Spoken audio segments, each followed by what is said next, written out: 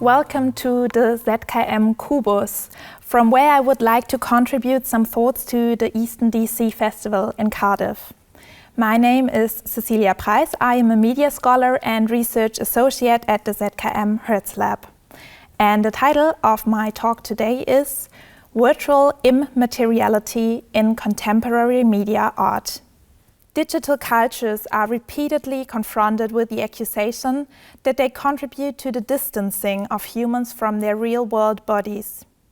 In the digital age, and especially through VR technologies, there would be an impoverishment of sensory stimuli and a society-wide reduction to the sense of sight.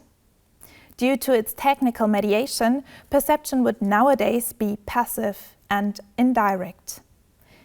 There is no question that the digital transformation, like every other media revolution, for example, the establishment of writing or photography or the moving image, leads to a change in perceptual routines.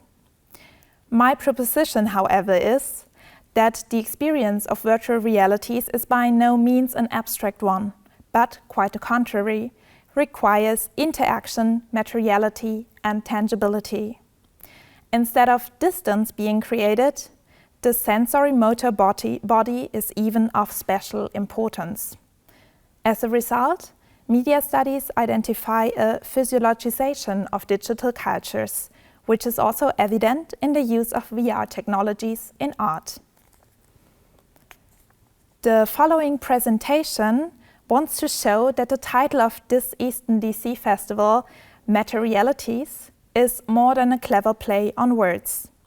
An impression of reality cannot be separated from materiality, and thus materiality becomes a condition for the medium of virtual reality.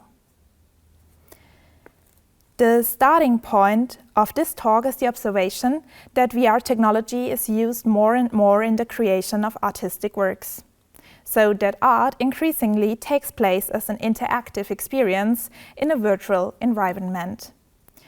Virtual and augmented realities offer a new, unlimitedly scalable art medium that opens up new aesthetic, narrative, and didactic dimensions. It is appealing for artists to explore these dimensions and thereby actively shape a new artistic genre. It is not only since COVID-19 that many museums present their pieces also or even exclusively online, where they can be visited regardless of time or location. More and more guided tours through virtual exhibitions are offered, and artistic works are made accessible through the corresponding apps and devices.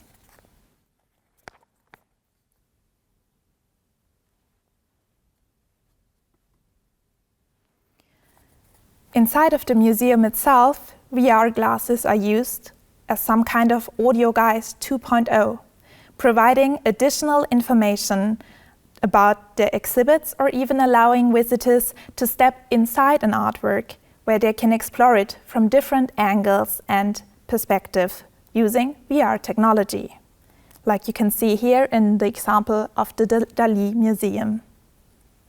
Furthermore, collaborations between technology companies and well-known artists are on the rise.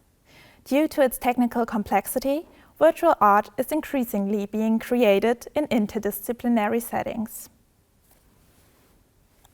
Access to the virtual world is granted by an interface, by means of which a human-machine interaction can be established.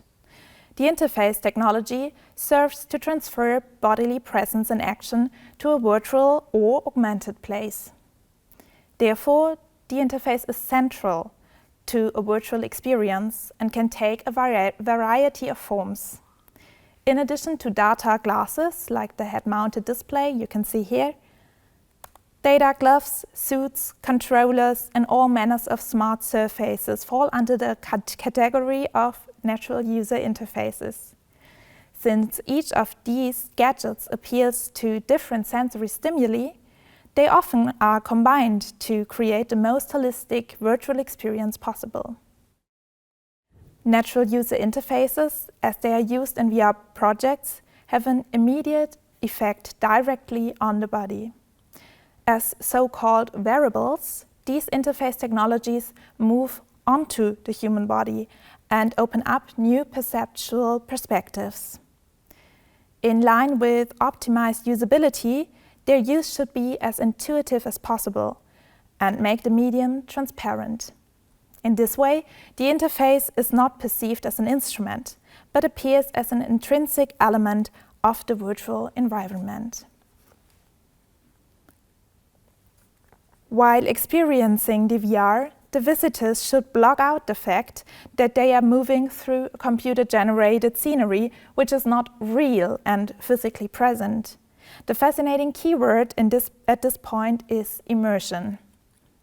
A virtual reality is immersive when the recipients can dive into it and consider the simulated environment to be a plausible alternative world. For this to work, the VR must be coherent, no matter how bizarre the setting. The impression that a computer-generated environment is real is created when it appears three-dimensional and material. It is particularly important that the recipients can perceive the virtual environment in the same way as they would perceive the real world. Ideally, they should be able to move around and interact normally in the virtual reality. Moreover, the more sensory modalities are addressed in the virtual environment, the more material the simulated world appears to the recipients. This means if what can be seen in VR can also be touched or heard and possibly even tasted and smelled. This makes it clear that in addition to the audiovisual sensory stimuli, the stimulation of those modes that are referred to as the lower senses, like the senses of smell, taste and touch, are also relevant. Perhaps the recipient feels a breeze on her skin during a virtual flight over the treetops, or she feels a tremor of the ground caused by the supposed detonation of a bomb in the building. Perhaps the scent of the rain-soaked forest enters his nose, or he can actively push down the handle of a door into a simulated room. The multisensory addressing can create the impression in the recipient of being an active part of the actual event. This simultaneously creates the illusion of agency, which is a rather important term in this context. The goal of making a media experience immersive is by no means linked to the digital age. The so-called sensorama can be mentioned as a kind of precursor of the VR interface. This is a construction that was developed in 1957 by the US-American Morton Halick. It embodies his dream to establish a cinema of the future that, by addressing all human sensory stimuli, is capable of simulating reality or opening up alternative worlds. It is a kind of a cabin in which a viewer of a 3D film is seated on a chair and which promises a film experience with all senses through numerous interface technologies. Also, art has always tried to enable immersion. Various artistic techniques and subjects are used, such as the panorama painting or back figures, with which the recipient can identify. Finally, today, virtual reality projects create an art format whose immersive quality decouples the artistic work from the museum space. The artwork eludes and is limited to the isolated individual experience that only takes place with and on the respective recipient's body.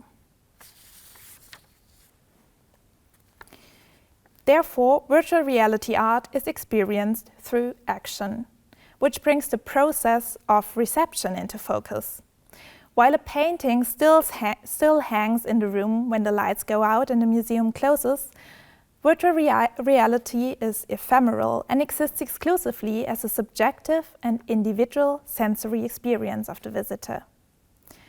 According to Chris Salter, the aesthetic event therefore no longer consists of a work or an object of art, but rather of the performance, the act of perception, the process of seeing and hearing in a space that can never quite be defined.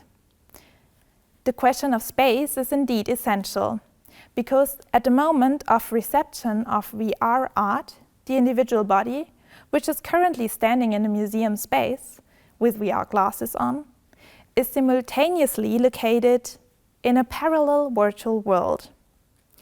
Interactive, immersive scenarios even make it necessary to speak of several bodies in several environments. This is linked to the keyword of embodiment or re-embodiment. Consequently, it is especially in virtual media art that the sensory-motor body receives new attention. Materiality in form of tangibility, perceptual multiplicity, and interactive potential is needed for virtual simulation to become virtual reality. Therefore, I argue that in the context of artistic VR environments, virtual reality and materiality are mutually dependent. As a result, touch and interaction are required for something that has long been looked at in a distant and isolated way in the quasi-sacred context of the museum. What was the passive viewer of the artwork has become the active user of the interface. At the same time, no material art object can be exhibited behind glass in the white cube of the museum anymore. So where is the art? Is it the interactive space, the multisensory gadget? Virtual reality installations are no longer materially present and thus elude the triad that once defined the institution of the museum. The works only emerge in the interaction of the recipient and the interface, which means that the individual sensory experience of art cannot be repeatedly presented, collected, and documented. What remains in the museum space is merely the interface, some kind of access medium that actually becomes a stand-in for the artistic work in the museum space. So let me conclude with the following thought. On the one hand, virtual reality art is ephemeral and elusive. On the other hand, it necessarily requires a materiality in order to be immersive and thus compelling. Thank you very much for your attention.